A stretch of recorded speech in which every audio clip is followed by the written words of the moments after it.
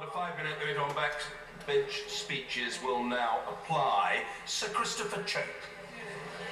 Mr. Speaker, when my right honourable friend was winding up the debate yesterday evening, she said that our country could ultimately make a success of no deal.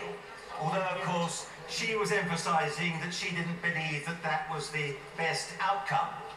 That was, of course, before the vote. And when we had the vote a few minutes later, then I think that the outcome of that vote is one that the Prime Minister certainly must respond to. Because the feeling in this House, 432 people, and I was one of them, is that the Prime Minister's deal, however good she thinks it is, we regard it as a bad deal. And I haven't heard anything from the Prime Minister that implies that she accepts the verdict of the House last night, that we regard her deal as a bad deal. And the Prime Minister was right to anticipate such a scenario, because in her Lancaster House speech 2 years ago, she feared that the European Union would only offer us a bad deal, a punishment deal, as she put it. And she therefore emphasised that no deal would be better than a bad deal, and she emphasised the benefits which come from a no deal, including our ability to be able to trade freely across the world, our ability to be able to enter into a new economic model, all the benefits that would come from being masters of our own destiny as an independent nation. And those were the benefits of no deal which she set out. Obviously, she, like everybody else, wanted to get a good deal. But as we have not got a good deal, I plead with my right honourable friend to ensure that she doesn't close the option of no deal. And indeed, she intensifies the preparations for no deal, because that is the best way of concentrating the minds of those in the European Union that we are serious about an alternative. If you go into a negotiation, you say the only alternative is to accept your deal or stay in the European Union, then what's going to happen? The European Union are holding us to ransom on that. What we need to be saying is that we are confident and believe in ourselves that we could be able to make a really great success of no deal. Unfortunately, that has not been the negotiating stance of the Prime Minister and her advisers, and we are suffering as a consequence of that. Last Saturday, Mr. Speaker, I had a public meeting in my constituency, and it was attended by over 200 people.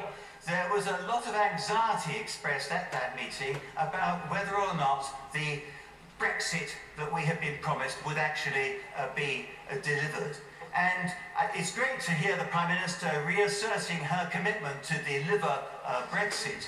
But if she doesn't deliver that on a deal that was rejected last night, then how is she going to deliver it if she rejects the no-deal alternative?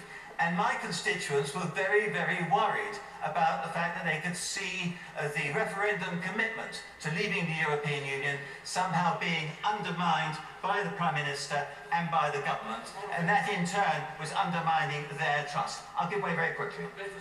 He's making a compelling case that we should go back to Europe and renegotiate. He knows we're at the end of the process, time is running out. He also knows, and I think regrets, that we're not ready for no deal. Isn't he actually making a case then to extend Article 50 in order to get the right deal that he will support? No, I'm not, because 2 years ago we were told by the Prime Minister that nothing was agreed till everything was agreed, and that everything was going to be agreed within 2 years. And we now know that nothing ever has been agreed effectively, certainly so far as the future relationship is concerned.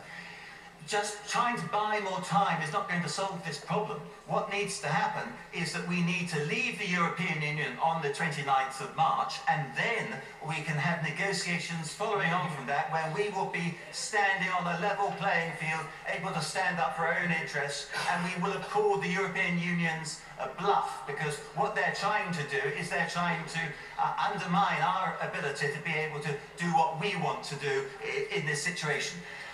You expect after, if you are unsuccessful in a conflict, that the victor will impose conditions upon the vanquished. What is happening here is that the European Union is seeking to impose conditions upon us because we have got the temerity to want to leave the European Union. That is wholly unacceptable, and the government's negotiating position, I think, has been supine throughout. Okay. In terms of imposing conditions, if we go to no deal, we'll go immediately to default WTO terms, including tariffs, for example, on lamb exporters of 40%, 12.5% of car, and we won't have a trade bill, it's not going to pass at the moment, to enable us to even do anything about it. Does he not see there are serious risks in that going down that route?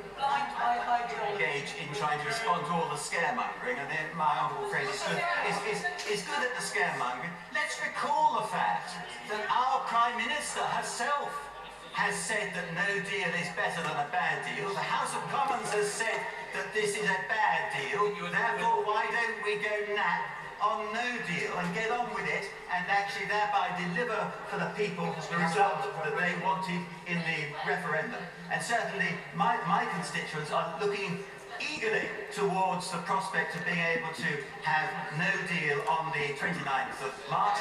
I asked, and I'm not going to give away more, I asked at the Brexit committee, I asked the Secretary of State responsible for leaving the European Union, I asked what would happen on the Irish border on the 30th of March, and it was conceded that there wouldn't be any difference to the current arrangements on the 30th of March. That is an example of the scaremongering that's going on about no deal. I regret that the government did not prepare more actively and further in advance for the no-deal option. But now we must not let the government benefit from its own incompetence by saying we don't think that we're ready for no deal. We should be ready for no deal on the 29th of March, and that's why we need to accelerate the preparations for it. If asked by my constituents, Mr. Speaker, if they have confidence in the government, their reply would be not a lot, but a heck of a lot more than in the Labour opposition. And certainly they will have even more confidence in the government if they are confident that the government is not ruling out no deal, is stepping up the preparations for no deal, and is able to confirm unequivocally again that we will be leaving the single market, the customs union, and we won't be in a situation where we have to have people coming into our country without any control over our borders. Thank you. George Howarth.